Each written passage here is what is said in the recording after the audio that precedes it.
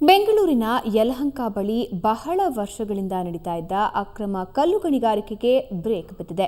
ನಗರ ಜಿಲ್ಲಾಧಿಕಾರಿ ಇವತ್ತು ದಿಢೀರ್ ದಾಳಿ ನಡೆಸಿ ಬಿಸಿ ಮುಟ್ಟಿಸಿದ್ರು. 60 ಕೋಟಿ ರೂಪಾಯಿ ಮೌಲ್ಯದ ಜಲ್ಲಿಕಲ್ಲು ಜಪ್ತಿ ಮಾಡಿದ್ರು.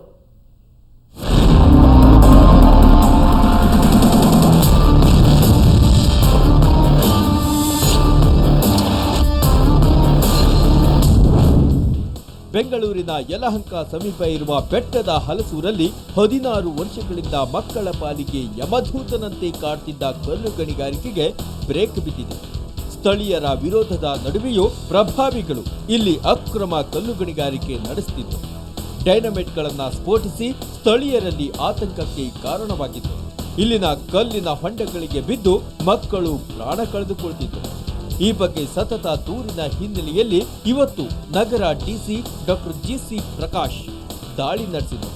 ಸರ್ವೆ ನಂಬರ್ 110ರಲ್ಲಿರುವ ಒಟ್ಟು 117 ಎಕರೆ ಜಾಗದಲ್ಲಿ ಅಕ್ರಮ ಗಣಿಗಾರಿಕೆ ನಡೆಸುತ್ತಿದ್ದ 30 ಕಂಪನಿಗಳ ಪರವಾನಗಿ ರದ್ದು ಮಾಡಿದರು.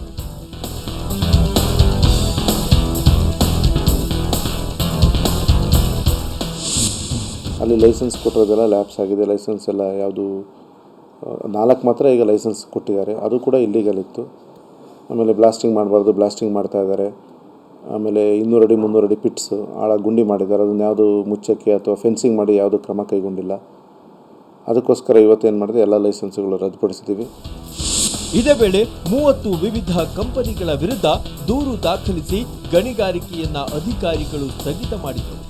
ಇವರು ತಮ್ಮ ಪ್ರಭಾವ ಬಳಸಿ ಪರ್ಮಿಟ್ ಇಲ್ಲದೆ ಗಣಿ ಇಲಾಖೆಗೆ ತೆರಿಗೆ ಕಟ್ಟದೆ ಅಕ್ರಮವಾಗಿ ಗಣಿಗಾರಿಕೆ ನಡೆಸುತ್ತಿದ್ದರು. ಇನ್ನು ಸುಮಾರು 60 ಕೋಟಿ ಮೌಲ್ಯದ 6 ಲಕ್ಷ ಮೆಟ್ರಿಕ್ ಟನ್ನಷ್ಟು ಜಲ್ಲಿಕಲ್ಲನ್ನ ಜಪ್ತಿ ಮಾಡಲಾಯಿತು.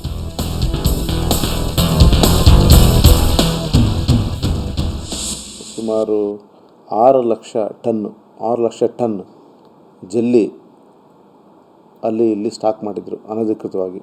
ಅದನ್ನೆಲ್ಲ ಸೀಸ್ ಮಾಡಿದ್ವಿ. ಸುಮಾರು ಇವತ್ತಿನ ಮಾರ್ಕೆಟ್ ಬೆಲೆ ಒಂದು 60 ಕೋಟಿ ರೂಪಾಯಿ ಆಗುತ್ತೆ. ಇದಕ್ಕೆ ಯಾವುದಕ್ಕೆ ಪರ್ಮಿಟ್ ಇಲ್ಲ. ಆಮೇಲೆ ಅವ್ರು ಯಾವುದು ನಮಗೆ ರಾಯಲ್ಟಿನೂ ಕಟ್ಟಿಲ್ಲ ಗೌರ್ಮೆಂಟ್ಗೆ. ಅದಕ್ಕೋಸ್ಕರ ಅಷ್ಟು ಸೀಸ್ ಮಾಡಿದ್ದೀವಿ. ಇನ್ನು ಮತ್ತೆ ಈ ಪ್ರದೇಶದಲ್ಲಿ ಗಣಿಗಾರಿಕೆ ಶುರುವಾಗದಂತೆ ತಡೆಯಲು ವಿದ್ಯುತ್ ಇತರೆ ಮೂಲ ಸೌಕರ್ಯಗಳನ್ನು ನಿರ್ಮಿಸಲಾಗಿದೆ. ಸುತ್ತಲೂ ಫೆನ್ಸಿಂಗ್ ಹಾಕಲಾಗಿದೆ. ಆದರೆ ದಾಳಿಯ ಸುಳಿವು ತಿಳಿದ ಗಣಿ ಮಾಲೀಕರು ಸ್ಥಳದಿಂದ ಮೊದಲೇ ಪರಾರಿಯಾಗಿದ್ದಾರೆ. ಬೆಂಗಳೂರಿನಿಂದ ಕ್ಯಾಮರಾಮನ್ ಯುಗಂಧರ್ ಜೊತೆ ಮಸೂದ್ ದೊಡ್ಡಬಾಗಿಲು, ಸುವರ್ಣ ನ್ಯೂಸ್.